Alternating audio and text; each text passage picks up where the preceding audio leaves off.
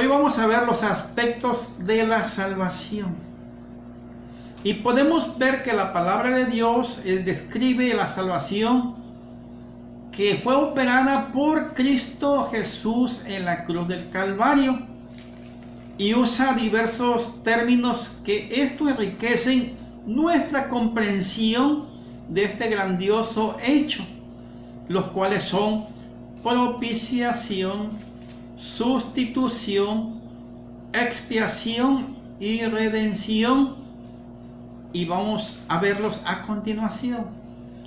Propiciación significa apaciguar o apacentar la justicia, la ira de Dios, mediante el ofrecimiento expiatorio de una ofrenda sacrificial. Primera de Juan capítulo 2 verso 2 dice: y Él es la propiciación por nuestros pecados, y no solamente por los nuestros, sino también por los de todo el mundo. ¿Quién es Él? Jesús. Jesús es Él, es la propiciación por los pecados, pero no nada más de los míos, sino de todo el mundo. Gloria a Dios. El Padre proveyó el medio para remover su ira a favor nuestro. Juan capítulo 3 verso 16, ya lo sabemos, porque de tal manera amó Dios al mundo. Es decir, la ira de Dios que pendía sobre la humanidad fue apaciguada porque Cristo sufrió el castigo que nosotros merecíamos por nuestros pecados, por nuestra desobediencia. Y Juan capítulo 1 verso 29 confirma: he aquí el Cordero de Dios que quita el pecado del mundo. Ahora Dios se muestra favorable y misericordioso hacia el pecador, siempre y cuando que ese pecador se arrepienta de sus pecados y siga a Jesús. Primera de Juan capítulo 4 verso 10 y Romanos capítulo 3 verso 25. Ahora, sustitución significa uno que toma el lugar de otro y actúa en su lugar. Y esta verdad se manifestó cuando Cristo, como nuestro sustituto, tomó el lugar que nos correspondía a nosotros. Romanos capítulo 5 verso 8. Mas Dios muestra su amor para con nosotros en que, siendo aún pecadores, Cristo murió por nosotros. Y podemos entender, para que esta sustitución sea posible, se requiere el cumplimiento de ciertas demandas que se cumplieron en la persona de Cristo como nuestro sustituto. Para que el culpable pueda salvarse debe haber un sustituto que tome su lugar.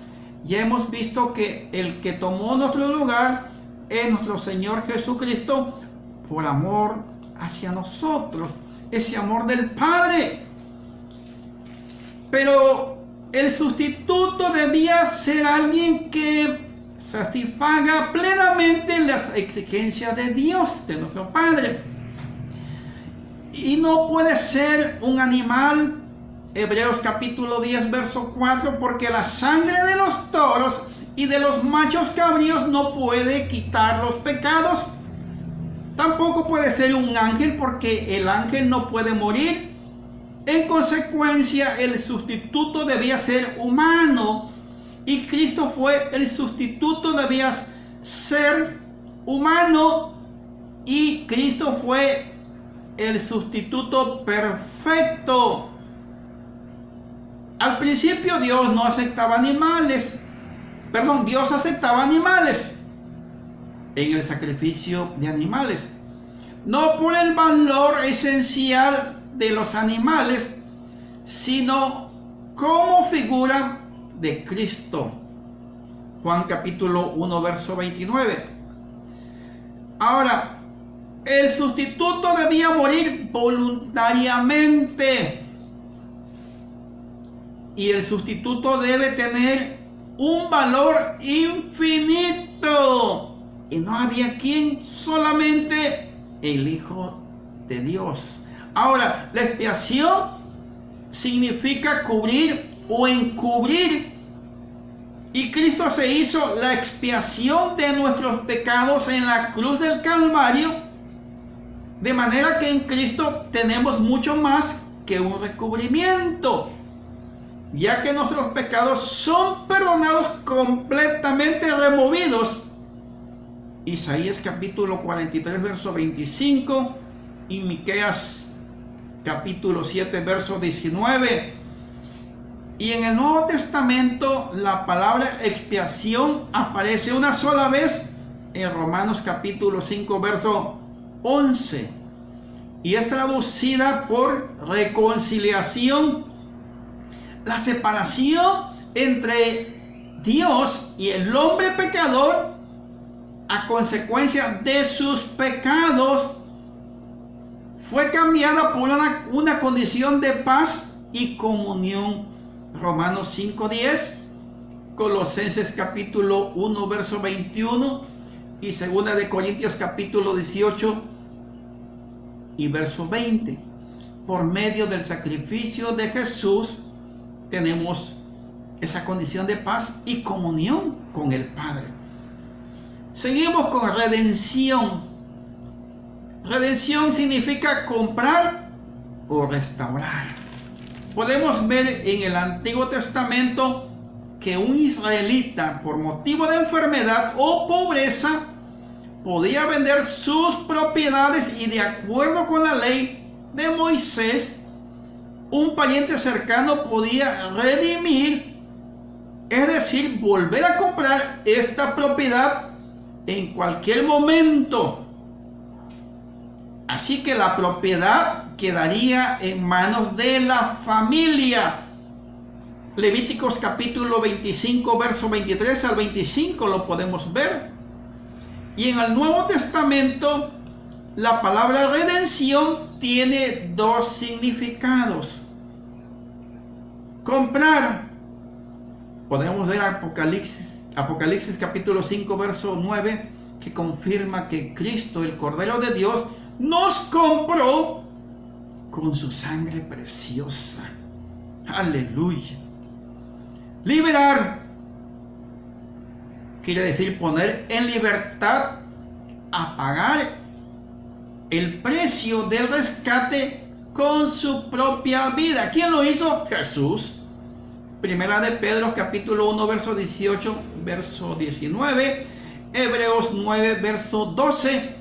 De manera que ahora le pertenecemos a Cristo y debemos glorificar a Dios por nuestra salvación y servir a Cristo con alegría y gratitud. Recuerden que quien nos rescató fue Jesús con su propia sangre, y no fue ningún ídolo, ningún diosecito que no tiene poder, ni aquellos que dicen la mamita de fulano, naranjas y limas, dijo el cantante jarocho, porque en Cristo Jesús somos libres, porque Él pagó el precio con su preciosa sangre. Veamos el resultado de la salvación. Dios en su misericordia ha provisto la salvación para el pecador, y este alto costo de la provisión ha tenido un precio grande. Por medio de la fe en Cristo, por medio del arrepentimiento de nuestros pecados, el hombre recibe su salvación y obtiene los siguientes resultados. Veamos. Justificación. Justificación significa declarar justo, absorber. Y esto es un gran don, ese don gratuito de Dios, que sin tomar en cuenta nuestro pasado, ese pasado pecaminoso, nos acerca y nos declara justo en virtud de la justicia de Cristo recibida por la fe. Romanos capítulo 3 verso 23 y 2 de Corintios capítulo 5 verso 21. La justificación es un acto judicial de Dios por medio de la cual aquellos que ponen su confianza en Cristo son declarados justos en su presencia y libres de toda culpabilidad y castigo. Gálatas capítulo 2 verso 16. En la justificación Dios absuelve y nos libra, nos perdona a todos nosotros. Miqueas capítulo 7 verso 18 y verso 19. Él nos borra de todas nuestras culpas y nos libra del castigo, de ese castigo eterno. Hechos capítulo 13 verso 38 y 39 y Salmos capítulo 130 verso 4 y por último Romanos capítulo 8 verso 1. Dentro de los elementos de la justificación tenemos la gracia de Dios, la justicia de Cristo y la fe. Ahora vamos a ver la regeneración. La regeneración es el camino radical en la naturaleza humana producida por el Espíritu Santo, generando en él una nueva forma de vida. Este término aparece en Mateo capítulo 19 verso 28 y Tito capítulo 3 verso 5 y capítulo 3 verso 3:5. Ok. En este último texto bíblico, Pablo compara nuestra salvación con un lavamiento que purifica nuestra naturaleza, esa naturaleza pecaminosa. Y Mateo capítulo 19 verso 29, Jesús usa el término regeneración en un sentido de cumplimiento futuro. Se requiere al momento en que se cumplirá la restauración final de todas las cosas. Pablo presenta la regeneración como una obra de nueva creación en Cristo. Segunda de Corintios capítulo 5 verso 17 y Efesios capítulo 2 verso 10 y Gálatas 6 15. Aquí voy a hacer un pequeño alto. Seguimos. El autor de la regeneración es la obra exclusiva de Dios. La palabra de Dios nos enseña que la vivificación espiritual es un ejercicio del poder divino y se lleva a cabo por la acción sobrenatural del Espíritu Santo. Juan capítulo 3 verso 3 al 8, Hechos capítulo 16 verso 14. La necesidad. El hombre necesita la regeneración y esto se hace o es necesaria debido a los múltiples factores. Entre ellos tenemos la condición pecaminosa del hombre. Fíjense que es importante conocer todos estos puntos porque nos ayudan a entender la forma en que nosotros estábamos caminando antes, ¿verdad? La condición pecaminosa del hombre. La Biblia, la palabra de Dios nos enseña que el hombre está muerto por sus delitos y sus pecados. Efesios capítulo 2 verso 1. Esa naturaleza pecaminosa impedía al hombre acercarse a Dios y a la vez impedía experimentar el favor divino. Por eso es necesario que el hombre se acerque a Dios para que Dios haga la obra y pueda cambiar en su yo interno para que él pueda vivir una nueva vida. La santidad de Dios lo demanda. La paz y la santidad son condiciones indispensables y esenciales para gozar de la comunión con Dios. Hebreos capítulo 12, verso 14. Es necesario para la salvación, porque sin un nuevo nacimiento, o sea, la regeneración, no se puede participar en el reino de Dios. Juan capítulo 3, versos 3 y 5. El nuevo nacimiento es necesario para que iniciemos una vida cristiana. Gálatas capítulo 6, verso 15. Y es necesario nacer en el Espíritu. Juan capítulo 3, verso 3. Sus características. La regeneración presenta las siguientes características. La regeneración afecta al hombre en su totalidad. Afecta a la persona humana debido a la obra poderosa del Espíritu Santo en el hombre. Afecta el intelecto y afecta sus deseos y accesos, o sea, su voluntad, se ven afectadas poderosamente por Dios. Filipenses capítulo 2, verso 3. Porque Dios es el que en vosotros produce así el querer como el hacer por su buena voluntad. La regeneración es un cambio instantáneo, es la implantación de una nueva vida espiritual en el hombre. Y es lo que afecta al hombre en lo más íntimo. Afecta el corazón, el centro de la vida personal del hombre y la fuente de sus deseos, motivos y decisiones morales. Mateo 15, verso 18, verso 19, Marcos 7, verso 21 y 22 y Lucas 6, 45. Sus beneficios: nos permite participar de la naturaleza divina, nos hace una nueva criatura, nos hace hijos de Dios, nos hace partícipes en la victoria sobre el pecado y el mundo, de acuerdo con la medida de nuestra fe. Y ya por último tenemos la adopción.